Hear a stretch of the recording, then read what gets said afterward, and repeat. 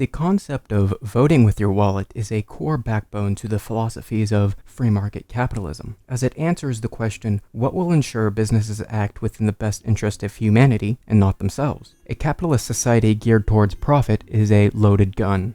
A business might engage in something horrible, or at least despicable for the benefit of themselves, at the cost of someone else. Imagine how terrifying a corporate tyranny would be. Now, obviously, everyone doesn't want this, so what is to stop them? The capitalist proponents who argue for more state intervention argue for just that, state laws. The other side who believe in more of a free market argue that the consumers will regulate these businesses by rationally evaluating the business's merits and coming to the conclusion that they ought to buy said product from the business or not.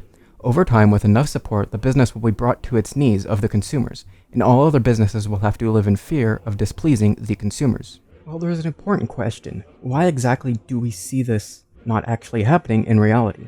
Many companies like Coke, Nestle, and Walmart have engaged in horrible ethical practices, yet they're still making a ton of money. You could blame the government all you want, but there is simply no way the state could support these companies if they make nearly nothing, as the state is still supported by the taxes from these companies. The state, too, is an entity which needs money, and if consumers are depriving companies that pay taxes from money, then the government would not support them. Well, what is the actual core fundamental problem here?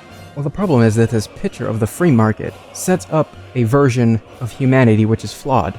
It assumes that everyone is identical and rational. Everyone will rationally evaluate evidence, and they will all rationally come to the same conclusion and withhold their money from said business. However, humans do not make decisions on the basis of pure hard Vulcan logic.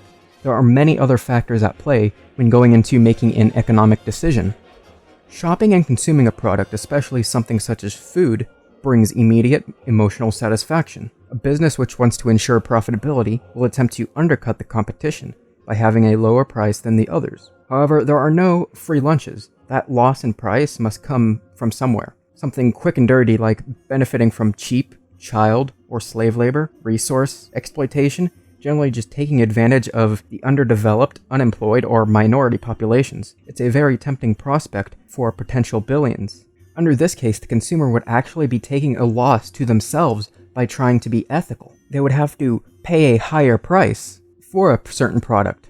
Not only that, their brain is literally fighting itself against the immediate emotional satisfaction and this long way off reward of seeing a business fail. Many times, libertarians will just say, well, resource exploitation and child labor is essentially a problem that governments set up by taxes. This fails to understand that it is still profitable, regardless of what the tax rate is, to exploit cheap labor or unethical labor. Taxes simply represent a loss of money. A loss of money can come about from any other factors, and since capitalism is always encouraging a drive towards more profit, then regardless of lower taxes or no taxes, unethical activities are still fair game.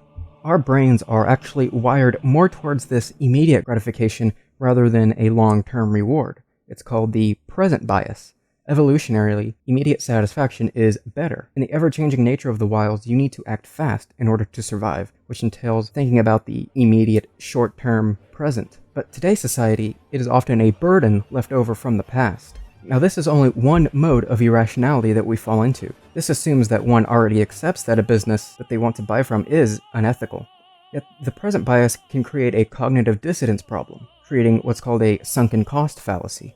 That is, finding a need to justify your purchases. Well, at least those slaves are housed. At least those people in poverty are getting paid something. At least those resources were being used for us. If they didn't want to be exploited, maybe they shouldn't have been in an underdeveloped nation. The present bias is only one type of thinking, which is called a heuristic, or rule of thumb. It's basically a shortcut towards making a decision. These can be useful sometimes, but other times they could lead us to wrong conclusions, such as the anchoring heuristic. This means that we often anchor to the first piece of information given to us. So if you hear in passing that an unethical business is actually doing something correct, or that the claims thrown against it are false, you're more likely just to stick with that belief.